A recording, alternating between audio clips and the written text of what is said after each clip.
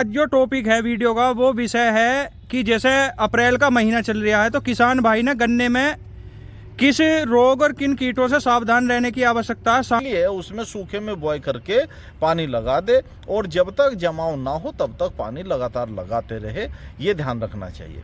दूसरी, एकड़ की दर से स्प्रे करे। साथ ही साथ जो गन्ना जमाव हो चुका है या जो पेडी का फुटाव हो चुका है उसमें पहली डोज यूरिया की भी लगाने शुरू कर दे। यानी राम राम भाई, किसान महकमा यूट्यूब चैनल फेसबुक पेज पे आपका स्वागत है। तो आज की जो वीडियो है किसान भाइयों गन्ने के ही ऊपर है। आज जो वीडियो कर रहे हैं वो किठौड़ के अंदर कर रहे हैं। तो आज जो टॉपिक है वीडियो का वो विषय है कि जैसे अप्रैल का महीना चल रहा है तो किसान भाई ने गन्ने में किस रोग और किन कीटों से सावधान रहने की आवश्यकता है। सामने कुशलवीर सिंह जी हैं, उनसे परिचय करवाएंगे, बाकी और किसान हैं उनसे परिचय करवाएंगे। अच्छा, राम राम जी।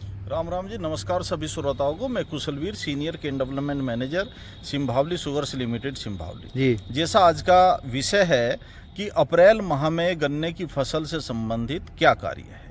देखो, सिंभावली चीनी मिल चूँकि 28-29 मार्च को बंद हो गई थी, तो इस मिल में तो केवल बीज का गन्ना खड़ा है, बुआई बाकी है और कुछ मिल चल भी रही है। तो ये मान के चलिए कि गन्ने की कुछ बुआई बाकी है और बाकी फसल तैयार है किसान की। पेडी फसल भी और गन्ने की ज़्यादातर बुआई हो भी चुकी है। कुछ गन्ना जमने लग रहा है, कुछ जम के तैयार हो जाए, कुछ अभी बुआई बाकी है। सबसे पहला तो बुआई करने वाले किसानों के लिए है जिनके पास बीज खड़ा हुआ है, तो बीज के गन्ने में पानी अवश्य निकाल दे, एक बार सिंचाई कर दे ताकि बीज का जर्मिनेशन अच्छा हो।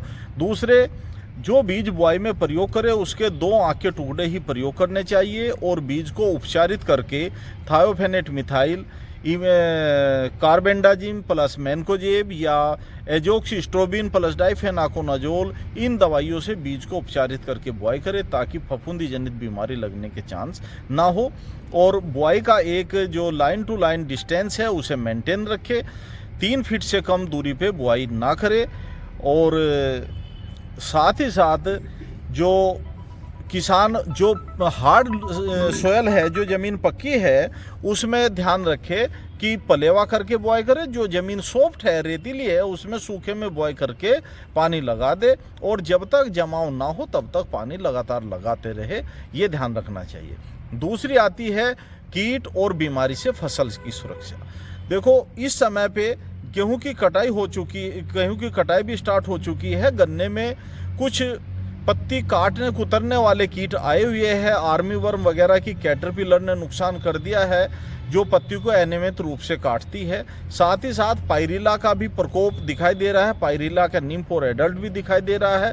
तो इनके नुकसान से फसल को बचाने के लिए 500 मिलीलीटर प्रोफेनोफोस प्लस साइपरमेथ्रिन को 200 लीटर पानी में घोल बना के प्रति एकड़ की दर से स्प्रे करे। साथ ही साथ जो गन्ना जमाव हो चुका है या जो पेडी का फुटाव हो चुका है उसमें पहली डोज यूरिया की भी लगाने शुरू कर दे। यानी 1 बैग यूरिया प्रति एकड़ की दर से आप खेतों में अवश्य लगा के सिंचाई करें, सिंचाई के बाद लगाए। दूसरे, चोटी बेधक कीट का प्रकोप अब दिखाई दे रहा है। चोटी बेधक कीट के पहली पीढ़ी का अंडा और लार्वी एंटर कर चुकी है गन्ने में। इससे फसल को बचाने के लिए ट्वेंटा FMC की दवाई है जो नए फॉर्मुलेशन में तैयार हुई है। तो ट्वेंटा को 50 मिलीलीटर दवाई प्रति एकड़ की दर से 400 लीटर पानी में घोल बना के लाइन ड्रेंचिंग करे। ड्रेंचिंग सूखे खेत में करे और तुरंत सिंचाई कर दे। इसके साथ दूसरी दवाई मोरास क्रॉप साइंस की है जिसका नाम है सुपर सिक्सर। इसमें 3 दवाइयों का कॉम्बिनेशन है। एक CTPRL 18.5% में 150 मिलीलीटर दवाई है। दूसरे इमामेक्टिन 5% में 100 मिलीलीटर है और एक ग्रोमैक्स जो ग्रोथ प्रमोटर है 250 मिलीलीटर है। यानी 500 मिलीलीटर दवाई है ये। इनको आप यानी एक बाल्टी में एक उसमें कंटेनर में घोल बना ले और 400 लीटर प्रयोग करने के लिए आप ऐसा करें, यदि आपके पास 20 लीटर की टंकी है तो 20 गिलास पानी में इसे घोल बना ले और 1 गिलास से थोड़ा सा ज़्यादा घोल एक टंकी में पानी आधा भर के और बीच में वो घोल डाले। उसके बाद में पूरी टंकी पानी की भरे और लाइन ड्रेंचिंग करके आप ड्रेंचिंग करके तुरंत सिंचाई कर दे। तो इससे हम मानते हैं कि टॉप बोरर का आप लंबे समय तक कंट्रोल कर सकते हैं। साथ ही साथ जिन खेतों में पत्ती फैला रखी है, पोगले छोड़ रखे हैं, जहाँ ड्रेंचिंग करना संभव नहीं है, वहाँ पे इसका ग्रेन्यूल है जिसका नाम है सिंघम करके है, जो फटेरा वाला ही इसमें तत्व है, 0.4% CTBRL ग्रेन्यूल है। इसकी 8 किलोग्राम मात्रा प्रति एकड़ की दर से लाइनों में प्रयोग करें।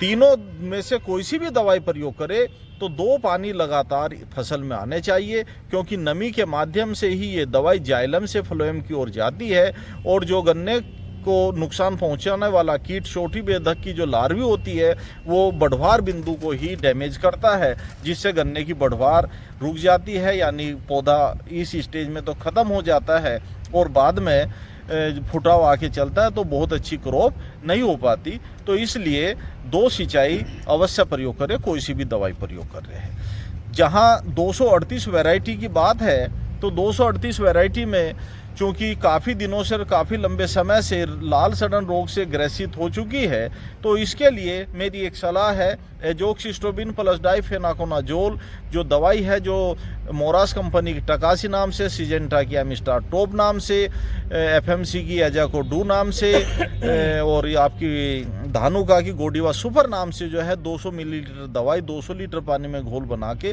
प्रति एकड़ की दर से आप स्प्रे करेंगे तो लाल सड़न रोग से भी आप अपनी फसल को बचा सकते हैं। दूसरे समस्या है कि कहीं कहीं पे पेडी का फुटाव अच्छा नहीं आ रहा है और कहीं कहीं पे झुंड भी सूख रहे हैं, जो गन्ने की फुटाव आया है तो सूख भी रहे हैं। तो ऐसी जगह पे हमें लगता है और हमने पाया भी है कि रूट बोरर या दीमक का अटैक उन खेतों में रहा है। तो ऐसी जगह पे आप क्या करें, उन खेतों में 500 मिलीलीटर टालस्टार प्रति एकड़ की दर से सिंचाई के समय मुहाले पे बूंद बूंद टपका के प्रयोग करें या उसे रेत में मिला के खेत में बिखेर दे और तुरंत पानी भर दे। तो पहला काम तो ये करना पड़ेगा। फिर आप एक दवाई आती है धानुका कंपनी की मैक्सिल्ड नाम से, मैक्सिल्ड की 250 मिलीलीटर मात्रा प्रति एकड़ की दर से 200 से 250 लीटर पानी में घोल बना के आप खड़ी फसल पे स्प्रे करेंगे तो उससे गन्ने की जो पेडी का फुटाव अच्छा होने की उम्मीद है। और यूरिया की पहली मात्रा हमेशा हर खेत में गन्ने में लगा देनी चाहिए, क्योंकि इस समय का लगा हुआ यूरिया फसल को बढ़वार भी देगा और कल्ले भी देगा। तो ये छोटी सी जानकारी इस मंथ के लिए देनी थी। धन्यवाद। कहीं कहीं जी जैसे पेड़ी का फुटाव आया तो उसमें जो है पत्ते मतलब पूरा का पूरा पौधा पीला पड़ा हुआ है, कहीं कहीं धब्बे भी हैं हाँ उसमें। ज्यादा, हाँ कत्थई रंग के धब्बे होंगे और पीला क्या सफ़ेद भी दिखाई दे रहा है कहीं कहीं। तो उसके लिए मैं कई बार वीडियो में भी सलाह दी थी कि जो पेड़ी काट रहे हैं या पत्ती फैला रहे हैं उन खेतों में 1 बैग यूरिया और 10 किलोग्राम फेरस सल्फेट को प्रति एकड़ की दर से मिला के और खेत में बिखेर दे तो उससे हम फेरस की भी पूर्ति कर सकते हैं, सल्फर की भी कर सकते हैं। साथ ही साथ जहाँ ज़्यादा दिक्कत है तो वहाँ पे आप 5 किलोग्राम 33% जिंक का भी प्रयोग साथ में मिला के करेंगे तो ये समस्या से भी हल मिल सकता है। ठीक है जी।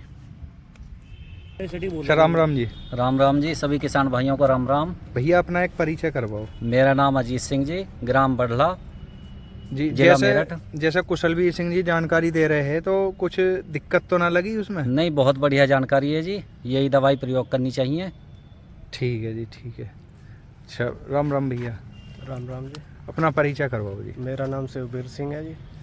और जैसे कुशलवीर सिंह जी जानकारी दे रहे हैं तो जो है कुछ समस्या तो ना लगी? नहीं जी, मतलब कुछ गलत बता दिया दवाई सर गोली? के द्वारा जो भी जानकारी दी गई है बहुत ही ऑथेंटिक जानकारी दी गई है।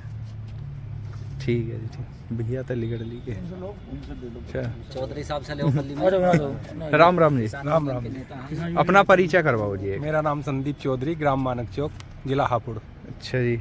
जैसे कुछ हम जो है काफ़ी दिन से लगभग 2 साल हो गए इस चैनल पर काम करते करते, जो किसान के जो वीडियो में पूरी जानकारी दे में है। तो जैसे आज तुम्हारे सामने वीडियो में जो जानकारी दी गई है, कुछ दिक्कत लगी जी? ये जानकारी बहुत अच्छी थी और इसी जानकारी से हम सहमत भी हैं और इसी के हिसाब से हम दवाई लगाएंगे अपने खेतों में और फिर देखते हैं रिजल्ट क्या होता है। ठीक है जी, ठीक है। तो भैया आज की जो वीडियो है अप्रैल माह में होने वाले कीट और बीमारियों के बारे में जानकारी दी गई, उनकी रोकथाम किस तरीके से करनी है उसके बारे में भी जानकारी दी गई। तो वीडियो अगर अच्छी लगी हो वीडियो को लाइक करें भाई, चैनल ने सब्सक्राइब जरूर करें। राम राम जी।